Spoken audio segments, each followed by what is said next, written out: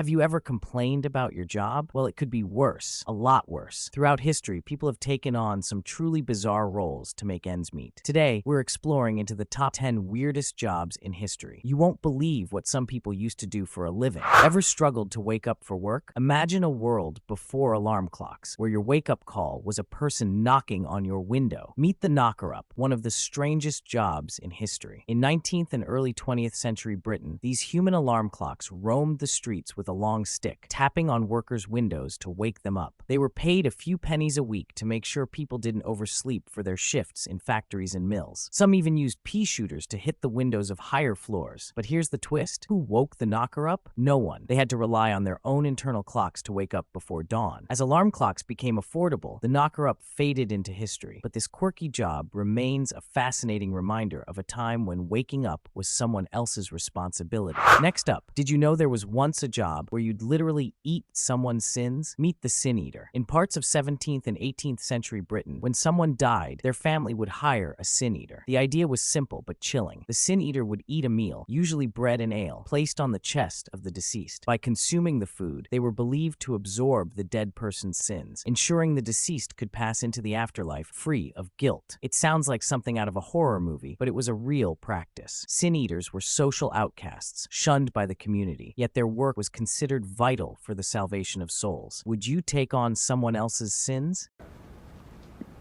Nope.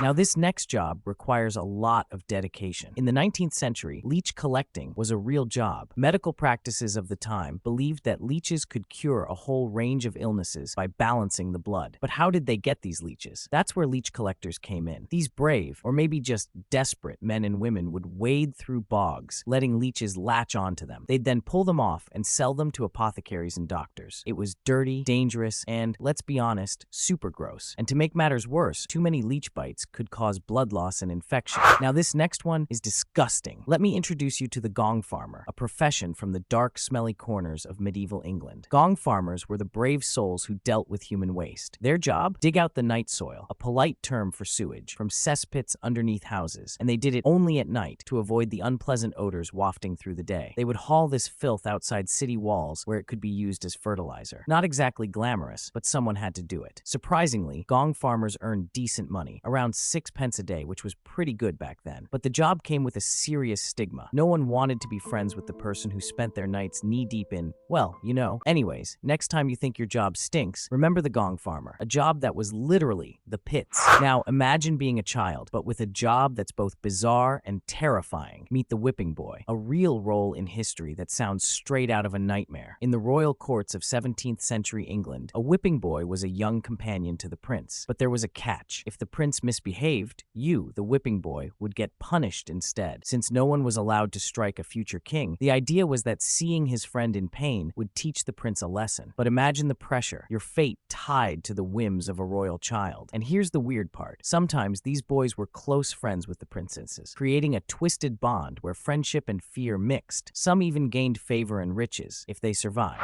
Next up, we have the Resurrectionist. In the 19th century, there was a profession known as a Resurrectionist. These were men hired to do the unthinkable, dig up fresh corpses from graves. Why? To sell them to medical schools for dissection. You see, back then, doctors needed bodies to study anatomy, but the law only allowed a few to be used, so a black market for bodies emerged. Resurrectionists worked under the cover of night, sneaking into cemeteries with shovels, ropes, and a lot of nerve. They weren't thieves in the traditional sense. They didn't want your valuables. They wanted you. This grim trade led to all sorts of bizarre stories and eventually stricter laws. But for a time, being a resurrectionist was a real terrifying job. Next up, ever heard of a rat catcher? Back in medieval Europe, cities were overrun with rats, carriers of disease and filth. Enter the rat catcher, a job that was as dangerous as it was bizarre. Armed with traps, poisons, and sometimes even trained ferrets, these individuals were hired to rid towns of these pesky rodents. But it wasn't just about catching rats. They had to find creative ways to lure them out, often working in filthy, hazardous conditions. And get this, if a town was overrun again after they had done their job, rat catchers were often blamed for not doing it right, leading to some pretty superstitious accusations. In fact, the job was so risky, many rat catchers died from the very diseases they were hired to prevent.